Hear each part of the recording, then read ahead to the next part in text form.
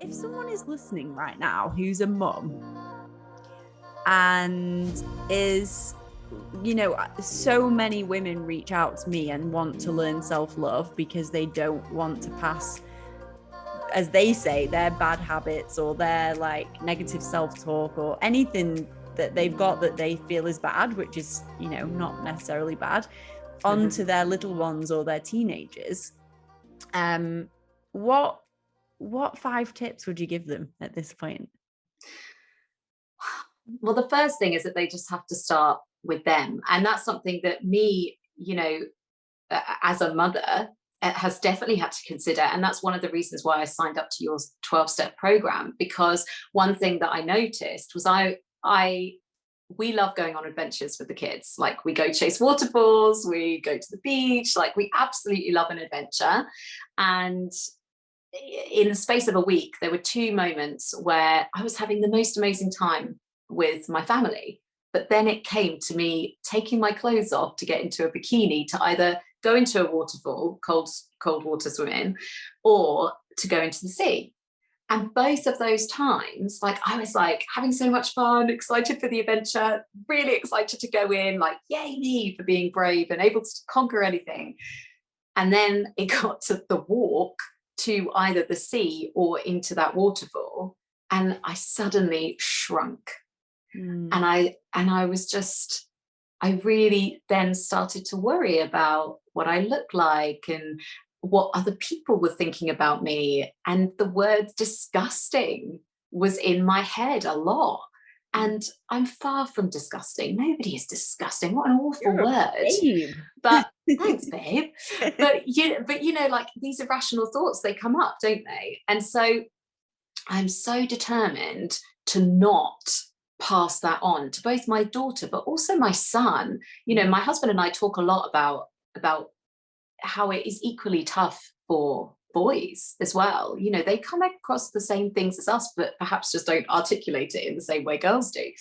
And so the first thing has to be, number one, you have got to love who you are. And there are a variety of ways of doing that, one of which, of course, is your 12 steps program. And now you've got your book. I'm so excited about your book, because you're just going to be able to reach so many more women.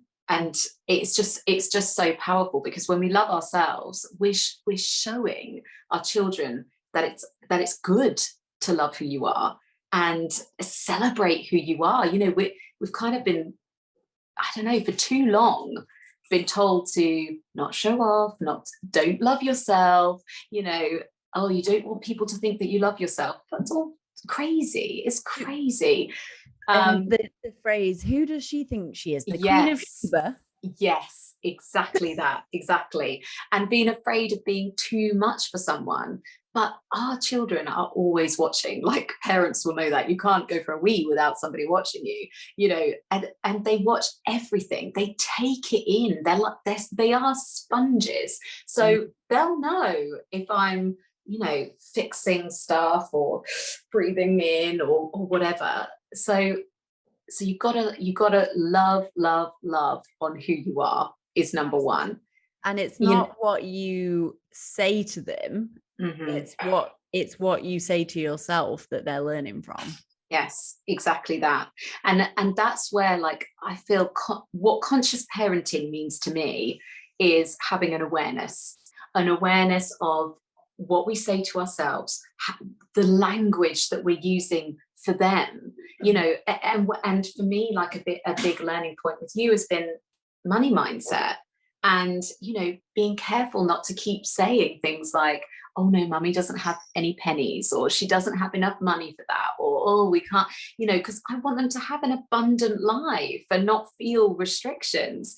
And so language is just so important. So one, you've got to find a way to love who you are. 2 is be careful of the language that you're using, both to yourself in your head when you think no one's listening, but also outwardly to them as well. And thirdly, you got to fill your cup. You've got to. Just before we go on to that, because these are great. So language wise, can you give us some examples?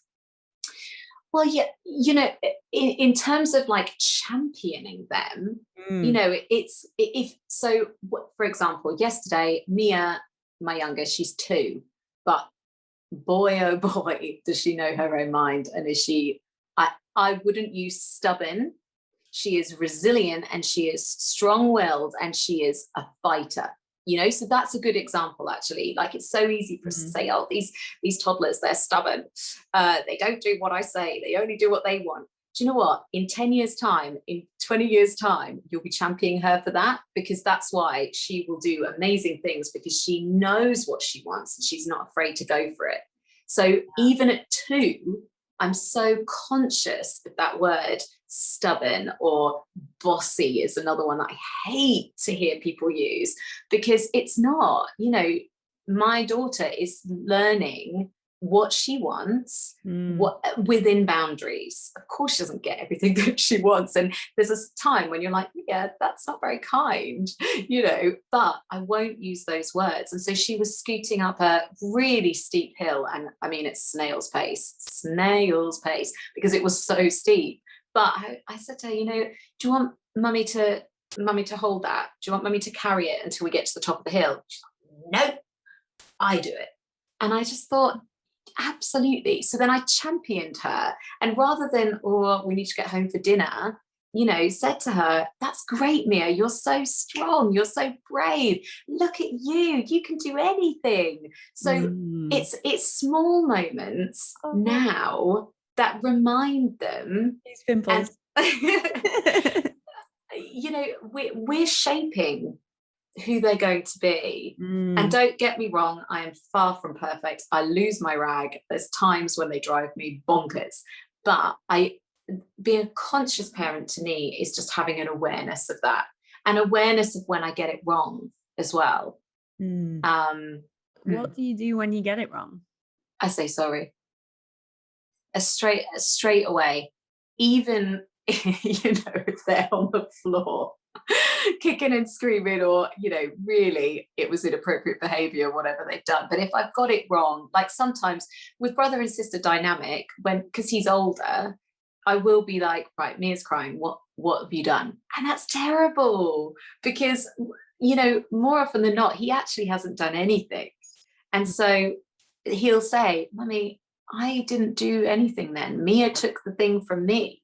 So then I have to say, Monty, I'm really sorry, I got it wrong. And then he's like, it's okay, Mummy. And but because again, like, I don't want sorry. I feel like for so many people, sorry is really hard to say.